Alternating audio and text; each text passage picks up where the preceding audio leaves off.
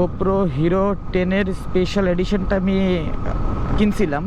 তো সেটাতে আমার এক্সট্রা 2টা ব্যাটারি ছিল আমার সাথে, মানে 2টা ব্যাটারি আমার ক্যামেরার সাথে ছিল। তো এতদিন যাবত আমি ওই 2টা দিয়ে কভার করতে পারছি, বাট কয়েকদিন যাবত আমি একটা ব্যাড এক্সপিরিয়েন্সের শিকার হয়েছি। কোরবানির ঈদেও যে মানুষ এরকম পরিমাণে শপিং করে জানা ছিল না, মার্কেটে আজকে আসছি বিধায়ই জানতে পারলাম। আর যদিও আমি টুকটাক কিছু কিনছি আমার যেগুলো দরকার। গাড়িটা সরকারি গাড়ি থেকে যেভাবে কালো ধোঁয়া বের হচ্ছে, তো এটা মোটেও অ্যাকসেপ্টেবল না, এটা মোটেও আশা করার মতো না। সরকারি গাড়ি থেকে কালো ধোঁয়া বের হবে, এটা তো আসলে দুঃখজনক, বাট আমাদের দেশে এটা হবে, এটাই স্বাভাবিক।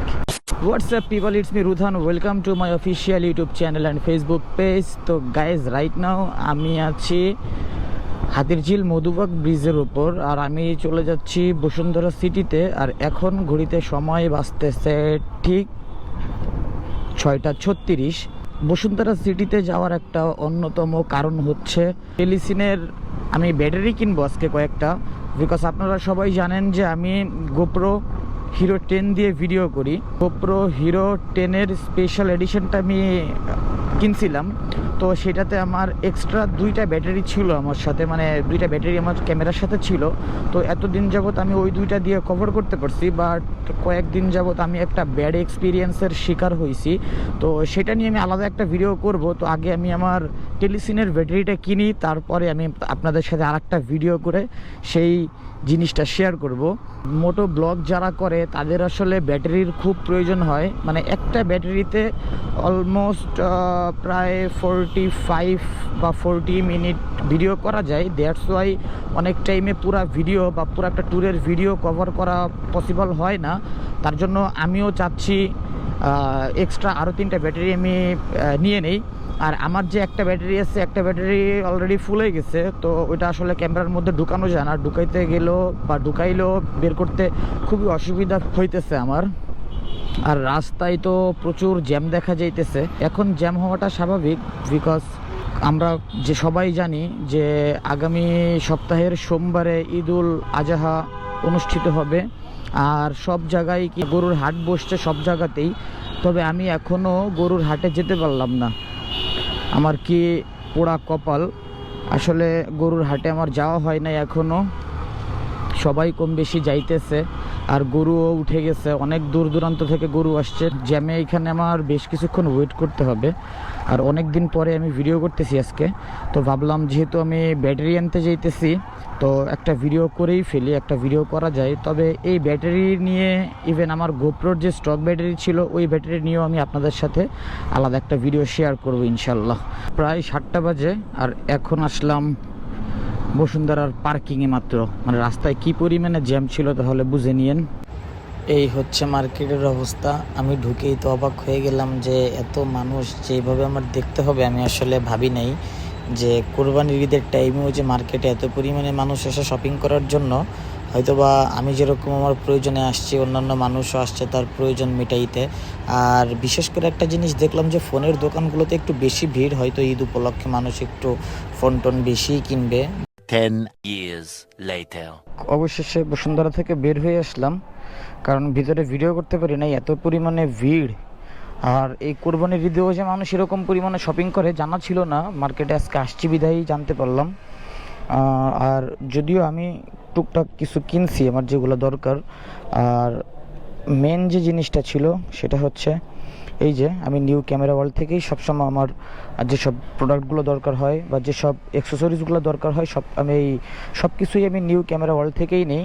তো এখন এবারেও আমি নিউ ক্যামেরা ওয়ার্ল্ডে গেলাম, গিয়ে দেন ওনাদের কাছ থেকে আমি একটা এক্সট্রা ব্যাটারি নিছি। আর একটা এই যে টেলিসিনের যে একটা চার্জিং হাব সহ 2টা ব্যাটারির যে একটা প্যাকেজ আছে বা যে একটা বক্স আছে, চার্জিং হাব আছে, ওইটা নিয়ে নিছি। সো বের হয়ে যায় এখন, বিকজ অনেক লেট হয়ে গেছে, চলে যেতে হবে বাসায়। আর শরীরটাও তেমন একটা ভালো না আমার, তাই চলে যাবো এখন বাসার দিকে।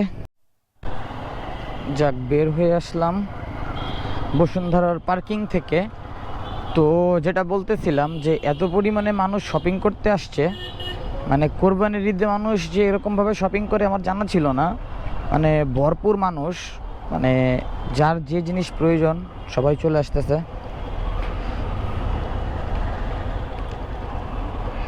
অবশেষে দীর্ঘ অপেক্ষার পর জ্যামটা ছুটলো, আর সেই সঙ্গে এই গরমে আনন্দ নিয়ে বের হয়ে যাচ্ছি, কারণ পাক্কা 20 মিনিটের মতো আমার এই জ্যামে বসে থাকা লাগলো। আসলে পান্থপথ আসলে এই জ্যামে বসে থাকা লাগবে, এটা স্বাভাবিক। এটা আসলে আমাদের কাছে নতুন কিছুই না, এটা পুরাতন জিনিস। আর সামনে কারওয়ান বাজার, তো এই বাজারেও সামনে একটু জ্যাম পাবো, এখনই দেখা যাইতেছে জ্যাম। আর হাতিরঝিলের মুখে গিয়ে তো একটু ট্রাফিক সিগন্যাল থাকবে, কিছু করার নেই। তবে ঢাকা সিটি এই ঈদের টাইমে, যে আমি যে কয়বার ঢাকাতে ঈদ করছি, তো ওই টাইমগুলোতে ঢাকা সিটি এতটা খালি থাকে যে এক প্রান্ত থেকে আরেক প্রান্ত যাইতে খুব একটা সময় লাগে না। আমার কাছে কেন জানি মনে হয়েছে, একটু বের হয়ে নি, আমার কাছে কেন জানি মনে হয় ওই টাইমে যে ওরকম যদি সবসময় ঢাকা সিটিটা থাকতো তাহলে আসলেই অনেক ভালো হইতো সবার জন্য। আবহাওয়া ঠিক থাকে, তারপর মানে এত হর্ন থাকে না, রাস্তাঘাট ক্লিন থাকে, রাস্তাঘাটে এত গাড়ি থাকে না, তো মানুষের এত কোলাহল থাকে না, সব কিছু মিলায়ে খুব সুন্দর একটা পরিবেশ থাকে। তো ওই কম্বিনেশনটা আসলেই মিস করি। বাট পোড়া কপাল, ওরকম তো আর কখনো হবে না, কারণ সবাই সবার জীবিকা নির্বাহের জন্য চলে আসছে এই রাজধানীতে। এখানে ভালো কাজও হয়, এখানে খারাপ কাজও হয়। এখানে মানুষ হাসি মুখেও আসে, আবার কেউ কান্না বিচলিত মুখ নিয়ে ফিরে যায়। তো সব কিছু মিলায়ে চলতে থাকে দিনগুলা। তবে কেউ কারোর জন্য এখানে অপেক্ষা করে না। একটা গ্রামে গেলে যেমন একজন মানুষের মানে একজন মানুষ আরেকজন মানুষের প্রতি যেরকম একটা মহব্বত, আকাঙ্ক্ষা, টান থাকে, শহরের মানুষের মধ্যে এটা আপনারা কখনোই পাবেন না, কারণ এখানে সবাই অপরিচিত। এই শহরে কিছু মানুষরূপী কিছু পিচাস আছে যারা আসলে সকল ধরনের অপকর্মের সাথে জড়িত থাকে। আপনারা বুঝতেই পারতেছেন কি মিন করতেছি। তো এই রাজধানীতে হয় না এমন কোনো অপকর্ম, সুকর্ম নাই। ঢুকে গেলাম হাতিরঝিলের মধ্যে, আর এখন কিন্তু প্রায় 8:20 মতো বাজে। মানে বললাম জাস্ট এতটুকের জন্যই আমি বসুন্ধরা সিটিতে গেছি। তাতে গিয়েই আপনারা দেখেন প্রায় আমার কাজ ছিল সর্বোচ্চ গেলে আধা ঘন্টা ব্যয় হয়েছে, বাট বাকি টাইমগুলো কাটছে কিন্তু আমার রাস্তাতেই। তো রাস্তা সম্পর্কে আপনাদের আমার থেকে আরও বেশি ধারণা আছে, কারণ সবাই কম বেশি রাস্তাঘাটে চলাফেরা করে, তো বুঝেনি। তো আমি এখন চলে যাচ্ছি বাসায়।